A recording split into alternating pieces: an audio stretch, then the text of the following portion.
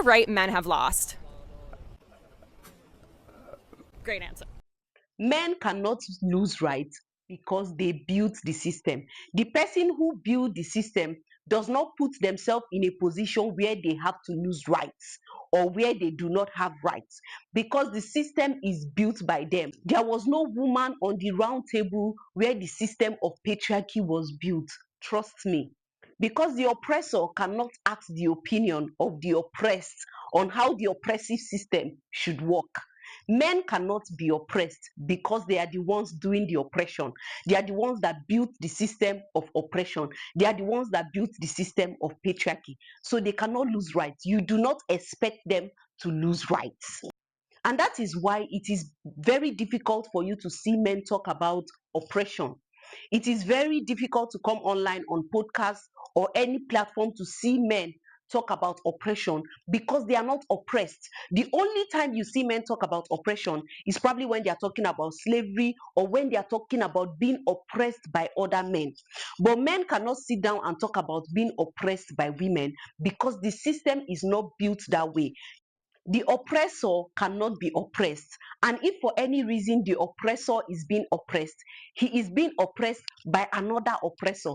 It is men that oppress men, oftentimes, not women. And that is why you can see a lot of men being triggered when women talk about this system that is unfavorable to them, when women talk about these rights that have been taken from them, when women talk about the unfair treatment that they are getting from the patriarchal system or from men.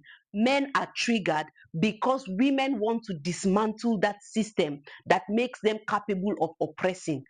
And the oppressor is always angry when the oppressed wants liberation because liberation does not favor the oppressor. So that is why you do not see men talk about being oppressed by women.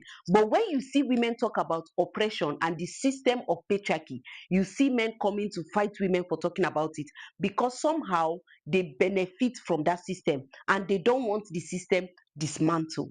Now, it is very possible for men to talk about oppression and talk about themselves as victims of oppression or talk about themselves as people who are being oppressed by the system. And that is because patriarchy does not only oppress women, patriarchy affects men. Patriarchy oppresses men. So men are not oppressed by women, men are oppressed by themselves because of the system of patriarchy set to oppress both men and women.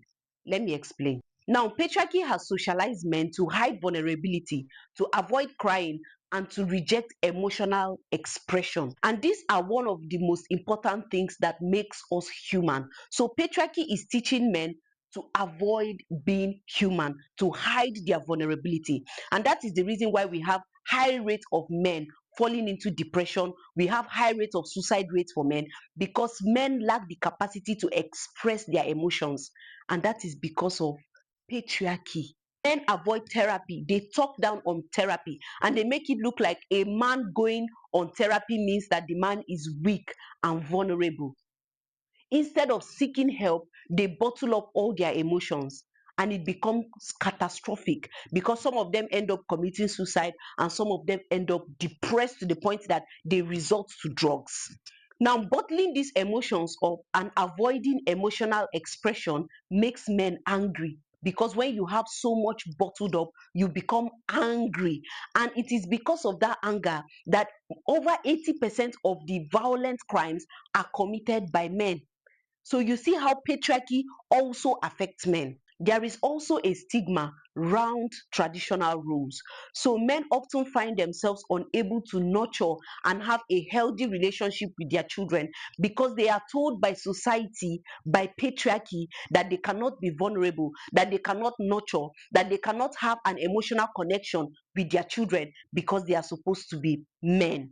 These gender roles is often forced down men's throats and it affects their relationship with their children because oftentimes children have more emotional connection to their mother because she's more emotionally available for them, and by extension they become closer to the mom. They have healthy relationships with the mom just because the mother is there emotionally. And now one thing we need to understand is children do not care how much you give them. Children do not care how many toys you buy for them. Children do not really care about those things because they forget. but they never forget the person who is there for them emotionally, who is emotionally connected to them. And that is why oftentimes children have superficial relationships with their dad, because those relationships lack emotional connection, because men are told that they cannot be vulnerable emotionally. They are told that they are incapable of nurturing. They are told that they are. Now, with everything I have said, you will understand that men suffer from patriarchy too, and by extension, their family, by extension, the women in their life. Because men who lack emotional regulations are terrible fathers, are terrible partners. So, in conclusion, men also need feminism so that we can all question the system of patriarchy and the system that is set up to oppress both men and women. Except, of course, your love for misogyny and the oppression of women supersedes your love for liberation.